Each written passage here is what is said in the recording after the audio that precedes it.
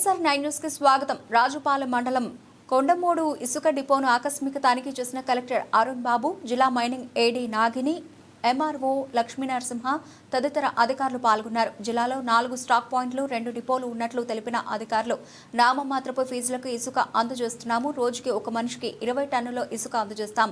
ఇసుక స్టాక్ చేస్తే చర్యలు తీసుకుంటాం. కొండమూడులో టన్ను 563 రూపాయలకు ఇస్తున్నాం. డిజిటల్ పేమెంట్ మాత్రమే అనుమతిస్తున్నామని తెలియజేశారు.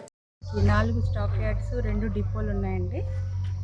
అమరావతి మండలంలో వైకుంఠపురము, అచ్చంపేట మండలంలో వచ్చేసేసి కోనూరు, మాదిపాడు, కొత్తపల్లి 2 డిపోస్ ఏంటంటే వినుకొండ, ఇక్కడ కొండమూడు పిడుగురాలలో ఉన్న రాజుపాలెం మండలంలో ఉన్న కొండమూడు. ప్రస్తుతం ఇక్కడ ఉన్నాము. కలెక్టర్ గారు ఈరోజు ఇక్కడ ఇన్స్పెక్షన్కి రావడం జరిగింది. ఇక్కడ ఉన్న పరిస్థితులు, వే బిల్లులు, తర్వాత ఎలా పెడుతున్నారు, ఎంత కమ్ముతున్నారు, నామమాత్రపు వసూలుతోనే ఇక్కడ చేస్తున్నారు. అది కూడా పూర్తిగా డిజిటల్ పేమెంట్ అండి.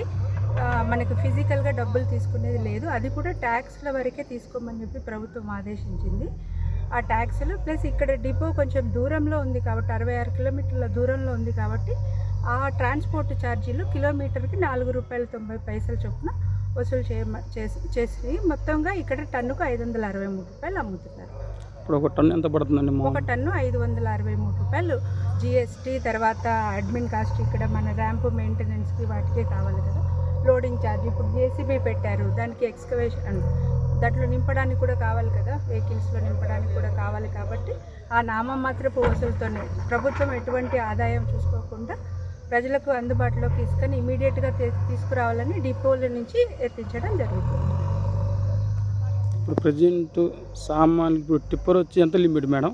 ఒక సామాన్ అంటే 6 టైర్స్ బండి అయితే 10 టన్నులు అండి. మనకి ప్రతిరోజు ఒక మనిషికి 20 టన్నులు మాత్రమే ఇవ్వమని ప్రస్తుతం మనకి జీవోలో గవర్నమెంట్ చెప్పింది. దాని ప్రకారమే ఎక్కువ బల్క్లో వచ్చేసి మాకు ఇన్ని టన్నులు కావాలి అంటే ఇచ్చే పరిస్థితి అయితే ప్రస్తుతం లేదు, ఇవ్వద్దని చెప్పాం. ప్లస్ వేరే చోట ఎక్కడైనా స్టాక్ పెట్టుకొని బ్లాక్ మార్కెట్ని మాత్రం ఎంకరేజ్ చేస్తే మాత్రం వాళ్ళు చట్టరీత్యా శిక్షార్హులు అవుతారు. మరి ఓన్లీ ఇప్పుడు సామాన్యుల వరకు లేదా రియల్ ఎస్టేట్? ఇప్పుడు సామాన్యుల వరకే మేము 6 to 6 మార్నింగ్ 6 నుంచి ఈవినింగ్ 6 వరకు మేము అందుబాటులో ఇస్తాం.